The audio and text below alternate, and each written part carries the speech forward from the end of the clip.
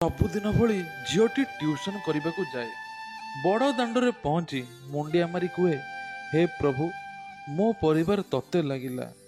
ଘରେ ମୋର ରୋଜଗାର ବୋଲି କେହି ନାହାନ୍ତି। ଏହି ଟ୍ୟୁସନରେ ମୋ ମା ଏବଂ ମୋ ଭାଇ ଖୁସିରେ ରୁହନ୍ତି।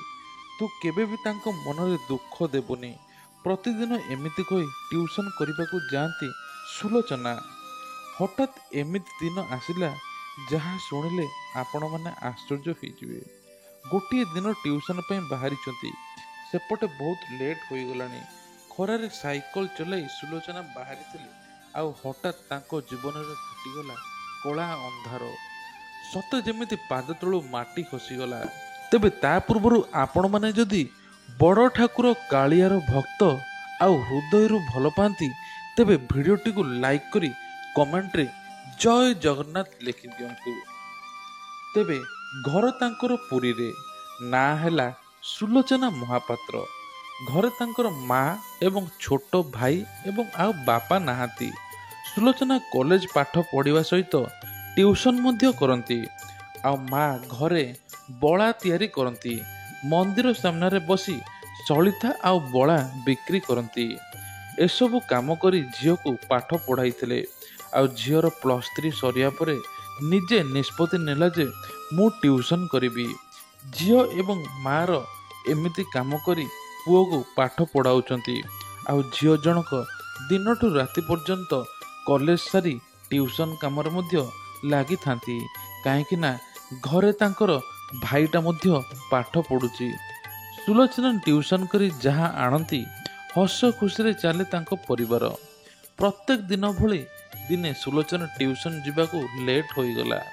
ମା ମଧ୍ୟ କହୁଥାନ୍ତି, ଝିଅ, ଶାଗ ଭାଜିଛି, ପଖାଳ ଶାଗ ଖାଇଦେଇ ତୁ ଟ୍ୟୁସନ ବାହାରି ଯା।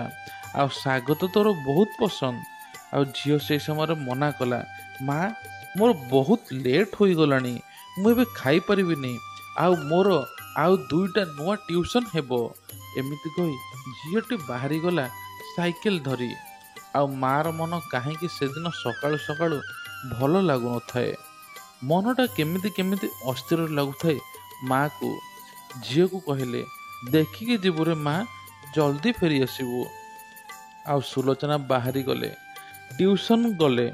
ସେପଟେ ପ୍ରତିଦିନ ବାଟରେ ବଡ଼ ଦାଣ୍ଡରେ ଠିଆ ହୋଇ ଜଗାକୁ ନିଜ ପରିବାର ବିଷୟରେ କୁହନ୍ତି। କିନ୍ତୁ କାହିଁକି ଜାଣି ସେଦିନ କିଛି ନ କହି ସାଇକେଲ ଧରି ପଳାଇଲେ ଟ୍ୟୁସନ କରିବାକୁ। ସମୁଦ୍ର କୂଳରେ ପାଖାପାଖି 2 କିଲୋମିଟର ରାସ୍ତାଠାରୁ ଟ୍ୟୁସନ ଯିବା ବାଟରେ ହଠାତ୍ ସୁଲୋଚନାଙ୍କର ମୁଣ୍ଡ ବୁଲେଇଲା। ସାଇକେଲ ରଖି ପାଣି ପିଇଲେ। ଆଉ ସେହି ସମୟରେ ହଠାତ୍ ସୁଲୋଚନା ଅଚେତ ହୋଇଗଲେ। ପାଖାପାଖି ଦୋକାନୀ ସବୁ ଆସି ସୁଲୋଚନାକୁ ଉଠାଇବାକୁ ଚେଷ୍ଟା କଲେ। ଆଉ ସୁଲୋଚନାକୁ ମଧ୍ୟ ପାଣି ଦେଲେ। ସମୟ ପାଖାପାଖି ସକାଳ 10ଟା ସମୟ। ଆଉ କିଛି ବଦମାସ ଲୋକ କାରରେ ଆସି କହିଲେ, ଇଏ ହେଲା ଆମ ରିଲେଟିଭ, ୟାଙ୍କର କ'ଣ ହୋଇଛି, ଆମେ ତାଙ୍କ ମା ପାଖରେ ନେଇ ପହଞ୍ଚେଇ ଦେବୁ, ତାଙ୍କ ଘରେ ପହଞ୍ଚେଇ ଦେବୁ, କିଛି ଅସୁବିଧା ନାହିଁ, ଆପଣ କିଛି ବ୍ୟସ୍ତ ହୁଅନ୍ତୁନି। ଏମିତି କହି ସୁଲୋଚନାକୁ କାରରେ ବସାଇ ଦେଲେ। ଆଉ ସେପଟେ ଦୋକାନୀ ଲୋକ ଆଉ କିଛି କହିଲେ ନାହିଁ। କାହିଁକି ନା ସେଇ 2 ଜଣ ଭଦ୍ର ଲୋକ ଭଳି ଦେଖାଯାଉଛନ୍ତି, କିନ୍ତୁ ଭିତରୁ ଅଭଦ୍ର ଥାନ୍ତି। ତାଙ୍କ ମନରେ ଆଉ କିଛି ଚାଲୁଥାଏ। ଆଉ ସତେ ଯେମିତି ଏମିତି କହିସାରିଲା ପରେ କାରରେ ବସାଇ ନେଇଗଲେ। ଆଉ ସାଇକେଲଟି ଦୋକାନ ସାମ୍ନାରେ ରଖିଦେଲେ। କହିଲେ, ଆମେ ଏଇଠି ଆସୁଛୁ, ଆମେ ତାଙ୍କ ଘରେ ତାଙ୍କୁ ଛାଡ଼ି ଦେଇ ଆସୁଛୁ। ଲୋକେ ଭାବିଲେ ତାଙ୍କ ପରିବାର ଲୋକ ହୋଇଥିବେ। ଆଉ ସିଧା ନେଇଗଲେ ବହୁତ ଦୂରକୁ। କେହି ଲୋକ ଆଉ ଜାଣିପାରିଲେ ନାହିଁ। ସେହି ସମୟରେ କାରରେ ଥିଲେ 3 ଜଣ। ଜଣେ ଡ୍ରାଇଭର ସାଙ୍ଗକୁ 2 ଜଣ ଭଦ୍ର ବ୍ୟକ୍ତି। କିନ୍ତୁ ଭିତରେ ତାଙ୍କର ମନରେ ବହୁତ ଅଭଦ୍ର କଥା ଥାଏ। ବିଭିନ୍ନ ପ୍ରକାର ଚିନ୍ତା ତାଙ୍କୁ ଘାରୁଥାଏ। କାହିଁକି ନା ଗୋଟେ ଝିଅଟାକୁ ସେ ଦେଖିଲେ। ସମୟ ପାଖାପାଖି 12ଟା ହେଲାଣି। ମା ବ୍ୟସ୍ତ ହୋଇଗଲେଣି। ଝିଅଟି ଆସୁନି, କୁଆଡ଼େ ଗଲା, ପୁଣି ସକାଳୁ କିଛି ଖାଇନି, କ'ଣ ପାଇଁକି ଏତେ ସମୟ ହେଲାଣି। ମା ଜଣକ ପୁରା ବ୍ୟସ୍ତ ହୋଇଗଲେଣି।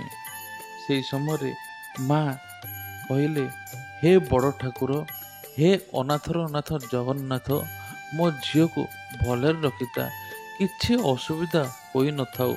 ଏମିତି କହି ଆଖିରେ ଛଳ ଛଳ ଲୁହ ବାହାରି ଯାଉଥାଏ ମାଙ୍କର। କାହିଁକି ନା ସକାଳୁ ସେ କାହିଁକି ତାଙ୍କ ମନ ଅସ୍ଥିର ଲାଗୁଥାଏ। ଆଉ ଠିକ୍ କିଛି ସମୟ ପରେ ଝିଅର ଚେତା ଫେରିବାରୁ ଝିଅ ଦେଖିଲା କାର ଭିତରେ ବସିଛି। ପଚାରିଲା, ତମେମାନେ କିଏ? ମୁଁ ଏଠି କେମିତି ଆସିଲି? କାହିଁକି ତମେମାନେ ମୋତେ ଏମିତି ବସେଇଛ? ସେହି ସମୟରେ ଦୁଇ ଜଣ ମିଛରେ କହୁଛନ୍ତି, ତମ ଗାଁ ପାଖ ଲୋକ, ଆଉ ତମେ ଆମକୁ ଜାଣିନ, କିନ୍ତୁ ତମକୁ ଆମେ ଜାଣିଛୁ। ଚାଲ ତମ ଘରକୁ ତମେ ଛାଡ଼ିଦେବୁ, କାହିଁକି ନା ଅଚେତ ଅବସ୍ଥାରେ ତମେ ପଡ଼ିଥିଲ। ଏମିତି କହି ଭଦ୍ର ବ୍ୟକ୍ତି ଦୁଇ ଜଣ ନେଇଯାଉଥାନ୍ତି, କିନ୍ତୁ ମନରେ ତାଙ୍କର ପାପ ସୃଷ୍ଟି ହେଉଥାଏ। ଆଉ ସେ ସମୟରେ ସୁଲୋଚନା ଡରିଗଲେ, କାହିଁକି ନା ସୁଲୋଚନା ତାଙ୍କ ଗାଁ ପାଖ ଲୋକଙ୍କୁ ସମସ୍ତଙ୍କୁ ଜାଣିଥାନ୍ତି। କିଛି ନା କିଛି ଚେହେରା ମଧ୍ୟ ମନେ ରଖିଥାନ୍ତି, କିନ୍ତୁ ତାଙ୍କୁ ନୂଆ ନୂଆ ଲାଗୁଥାନ୍ତି। ଆଉ ପଚାରିଲେ ସୁଲୋଚନା, ଏପଟେ ତମେ କାହିଁକି ନେଉଛ? ମୋ ଘର ତ ପଛପଟେ, ତମେ ଏପଟେ କାହିଁ ନେଉଛ? ସେହି ସମୟରେ ଲୋକ କହିଲେ, କିଛି ବ୍ୟସ୍ତ ହେବାର ନାହିଁ, ଆମେ ତମକୁ ଘରେ ନେଇକି ଛାଡ଼ିଦେବୁ। ଆଉ ତମେ ଅଚେତ ଅବସ୍ଥାରେ ପଡ଼ିଥିଲ ବୋଲି ଆମେ ଲୋକଙ୍କ ସହିତ ଧରି ତମକୁ ଗାଡ଼ିରେ ବସାଇଲୁ। ବ୍ୟସ୍ତ ହୁଅ ନାହିଁ, ତମ ମାଆଙ୍କ ପାଖରେ ଆମେ ଛାଡ଼ିଦେବୁ। ଏମିତି କହି ନେଇଗଲେ ବହୁତ ଦୂରକୁ। ଆଉ ସେହି ସମୟରେ ସୁଲୋଚନାଙ୍କ ଛାତି ଥରୁଥାଏ। କ'ଣ କରିବେ କ'ଣ ନାହିଁ କିଛି ଜାଣିପାରୁନଥାନ୍ତି, କାହିଁକି ନା ଅଜଣା ଅଚିହ୍ନା ଲୋକ। ଆଉ ଏମିତି ବି କ'ଣ କରିବେ? ପାଖରେ ଫୋନ୍ ନାହିଁ, ମାଆଙ୍କୁ ଫୋନ୍ କରିବେ ବା କେମିତି? ଆଉ ସେହି ସମୟରେ ମା ଜଣକ କାନ୍ଦି ପକାଇଲେଣି। କ'ଣ କରିବେ? ଝିଅର ଫୋନ୍ ଲାଗୁନି। ପାଖାପାଖି ଦିନ 3ଟା ହେଲାଣି, ସକାଳୁ ଯାଇଛି, ନ ଖାଇ ନ ପିଇ ଯାଇଛି, କ'ଣ ହେବ? ଏପଟେ ମା ପୁରା କାନ୍ଦି ପକାଇଲେଣି, ଆଉ ସେପଟେ ଝିଅ ଜଣକ ମଧ୍ୟ ବ୍ୟସ୍ତ ହୋଇଗଲେଣି, କାରଣ ଗାଡ଼ି ଚାରିପଟେ ବୁଲଉଛନ୍ତି, କିନ୍ତୁ ଘରକୁ ରାସ୍ତାରେ ନେଉନଥାନ୍ତି। ଝିଅ ଜଣକ ଏପଟେ କହୁଛନ୍ତି, ମୋତେ ଘରେ ଛାଡ଼ିଦିଅ। ସେହି ସମୟରେ ସେ ବୁଝାଇ କହୁଛନ୍ତି, ନାଇଁ ତମ ଗାଁ ଲୋକ ଆମେ, କିଛି ହେବନି ତମର। କିନ୍ତୁ ତାଙ୍କ ଉଦ୍ଦେଶ୍ୟ ଅଲଗା, କାହିଁକି ନା ସେ ଆଉ କୁଆଡ଼େ ନେଇଥାନ୍ତେ। ଏକଥା ସୁଲୋଚନା ପୁରା ବ୍ୟସ୍ତ ହୋଇଗଲେଣି। କ'ଣ କରିବେ କିଛି ଜାଣିପାରୁନଥାନ୍ତି। ଏପଟେ ମା ଜଣକ ମଧ୍ୟ ପୁରା ବ୍ୟସ୍ତ ହୋଇଗଲେଣି। ଆଉ ସେପଟେ ଗାଡ଼ି ଯେତେବେଳେ ଯାଉଥାଏ, ସେହି ସମୟରେ ଗାଡ଼ିଟି ହଠାତ୍ ଅଟକିଗଲା। ମା ଜଣକ ଏପଟେ ଭଗବାନଙ୍କୁ ଡାକୁଥାନ୍ତି, ହେ ପ୍ରଭୁ ଜଗନ୍ନାଥ, ତୁ ହିଁ ମୋ ଡାକ ଶୁଣ, ମୋ ଝିଅକୁ ଭଲରେ ଫେରିଦେ, ମୋ ଝିଅର କିଛି ଅସୁବିଧା ନ ହେଇଥାଉ। ଆଉ ଯଦି ପ୍ରକୃତରେ ପତିତପାବନ ବାନା ଉଠୁଥିବ ନା, ପ୍ରକୃତରେ ଯଦି ମୁଁ ତୋର ଭକ୍ତ ହେଇଥିବି ନା, ପ୍ରକୃତରେ ଯଦି ମୋ ଝିଅ ତୋର ଭକ୍ତ ହୋଇଥିବ ନା, ତାକୁ ତୁ ରକ୍ଷା କର ପ୍ରଭୁ, ରକ୍ଷା କର। ଏମିତି ଡାକିଥିଲେ। ଆଉ ସେହି ସମୟରେ ଯେତେବେଳେ ଗାଡ଼ି ଯାଇଛି, ହଠାତ୍ ଗାଡ଼ିଟି ଷ୍ଟାର୍ଟ ବନ୍ଦ ହେଇଯାଇଛି। ଯେତେବେଳେ ଗାଡ଼ି ଷ୍ଟାର୍ଟ ବନ୍ଦ ହୋଇଯାଇଛି, ଆଉ ସେହି ସମୟରେ ଡ୍ରାଇଭର ଯାଇ ଦେଖିଛି ଗାଡ଼ି ଆଉ ଷ୍ଟାର୍ଟ ହେଉନାହିଁ। ସୁଲୋଚନା ସେହି ସମୟରେ କ'ଣ କରିବେ କିଛି ଜାଣିପାରୁନଥାନ୍ତି। ଆଉ ହଠାତ୍ ଜଣେ ଲୋକ ଆସିଲେ, କହିଲେ, ବାବୁ ତମର କ'ଣ ହୋଇଛି? ସେ ସେହି ସମୟରେ କହିଲେ, ଆମର କିଛି ହେଇନି, କିଛି ଅସୁବିଧା ନାହିଁ, ଆମେ ଏଇଠି ରହିଛୁ। ସେହି ସମୟରେ ଆଉ ଜଣେ ଆସି ଲୋକ ପଚାରିଲେ, କ'ଣ ହୋଇଛି? କିଛି କହୁନଥାନ୍ତି। ଆଉ ସେପଟେ ଦୂରରୁ ଥାଇକି ଆଉ ଗୋଟେ ଲୋକ ସାଇକେଲରେ ଆସୁଥାନ୍ତି, ମୁଣ୍ଡରେ ପଗଡ଼ି ବାନ୍ଧିଥାନ୍ତି, ଆଉ ଏପଟେ ଗେରୁଆ ବସ୍ତ୍ର ପିନ୍ଧିଥାନ୍ତି, ଆଉ ବେକରେ ତାଙ୍କର ଚନ୍ଦନ ମାଳି ଥାଏ। ସେହି ସମୟରେ କ'ଣ କରିବେ କିଛି ଜାଣିପାରୁନଥାନ୍ତି ସୁଲୋଚନା। ଆଉ ସେହି ସମୟରେ ସାଇକେଲ ଅଟକି ପଚାରିଲେ, ମୁଁ ଜାଣିଛି ତମ ଗାଡ଼ି ଖରାପ ଅଛି, ଆଉ ମୁଁ ଜାଣିଛି ତମେ ଦୁଇ ଜଣ କ'ଣ କରୁଛ।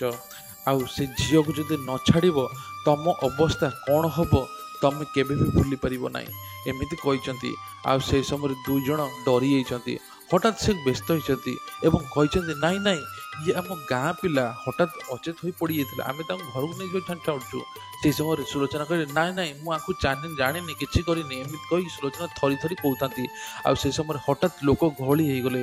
ଯେତେବେଳେ ଗହଳି ହେଇଗଲେ, ସେ ଗାଡ଼ିକୁ ଛାଡ଼ି ଦୁଇ ଜଣ ଲୋକ ହଠାତ୍ ଦୌଡ଼ିଲେ, ଆଉ ଡ୍ରାଇଭରକୁ କାବୁ କରିଦେଲେ ଦୋକାନୀ ଲୋକ ଏବଂ ଡ୍ରାଇଭରକୁ ବାଡ଼େଇଲେ। ଡ୍ରାଇଭର ଜଣକ କହିଲା, ଆଜ୍ଞା ଏଇଟା ମୋ ଗାଡ଼ି ସେ ବୁକ୍ କରିଥିଲେ ଏବଂ ପୁରୀ ସମୁଦ୍ର ବୁଲିଥିଲେ, ତାପରେ ଏମିତି କରିବେ ବୋଲି ମୁଁ କେବେ ବି ଭାବିନଥିଲି। ଆଉ ତାପରେ କିଛି ଲୋକ ସୁଲୋଚନାକୁ ତାଙ୍କ ଘର ପଚାରିଥିଲେ, ଆଉ ସୁଲୋଚନାକୁ ନେଇ ତାଙ୍କ ଘରେ ଛାଡ଼ିଥିଲେ। ମା ଜଣକ ଦେଖି ସୁଲୋଚନାକୁ କୁଣ୍ଢେଇ ପକେଇଲେ, କାନ୍ଦି ପକେଇଲେ, କ'ଣ ହେଲା ଝିଅ, ତୁ ଏତେ ସମୟ କୋଉଠି ଥିଲୁ? ଆଉ ସୁଲୋଚନା ମଧ୍ୟ ମାଆକୁ କାନ୍ଦି ପକେଇଲା।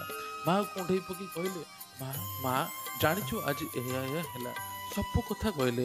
ଆଉ ମା ଜଣକ କାନ୍ଦି ପକେଇଲେ, କହିଲେ, ସବୁ ସେଇ ଭଗବାନଙ୍କ ଲୀଳା, ଭଗବାନ ହିଁ ନଥିଲେ ଆଜି ଏମିତି ହୋଇନଥାନ୍ତା, ଆଜି ଏତେ ବଡ଼ ବିପଦରୁ ତୁ ରକ୍ଷା ପାଇନଥାନ୍ତୁ। ଆଉ ହେ ପ୍ରଭୁ କାଳିଆ ଠାକୁର, ତୁ ହିଁ ମୋ ଝିଅକୁ ରକ୍ଷା କରିଦେଲୁ। ଏମିତି ବି କାନ୍ଦି ପକାଉଥାନ୍ତି। ପ୍ରକୃତରେ ଏସବୁ ସୁଲୋଚନାଙ୍କ ସହିତ ଘଟିଥିଲା। ଆଉ ସୁଲୋଚନା ଏକଥା କାନ୍ଦି କାନ୍ଦି କହିଥିଲେ, ପ୍ରକୃତରେ ଯଦି ଜଗନ୍ନାଥକୁ ନିଜ ଭକ୍ତିର ସହିତ ଭଲ ପାଇବ, ଦିନେ ନା ଦିନେ ସେ ନିଶ୍ଚିତ ଶୁଣିବେ ଆଉ କାହା ନା କାହା ରୂପରେ ନିଶ୍ଚିତ ଆସିବେ। ଆଉ ଏକଥା କାନ୍ଦି କାନ୍ଦି କହୁଥିଲେ ସୁଲୋଚନା। ଯଦି ଆପଣଙ୍କର କିଛି ଅନୁଭୂତି ଅଛି, ଆମ ମେଲ୍ ଆଇଡ଼ିରେ କଣ୍ଟାକ୍ଟ କରି ନିଶ୍ଚିତ ଜଣାଇବେ। ଜୟ ଜଗନ୍ନାଥ।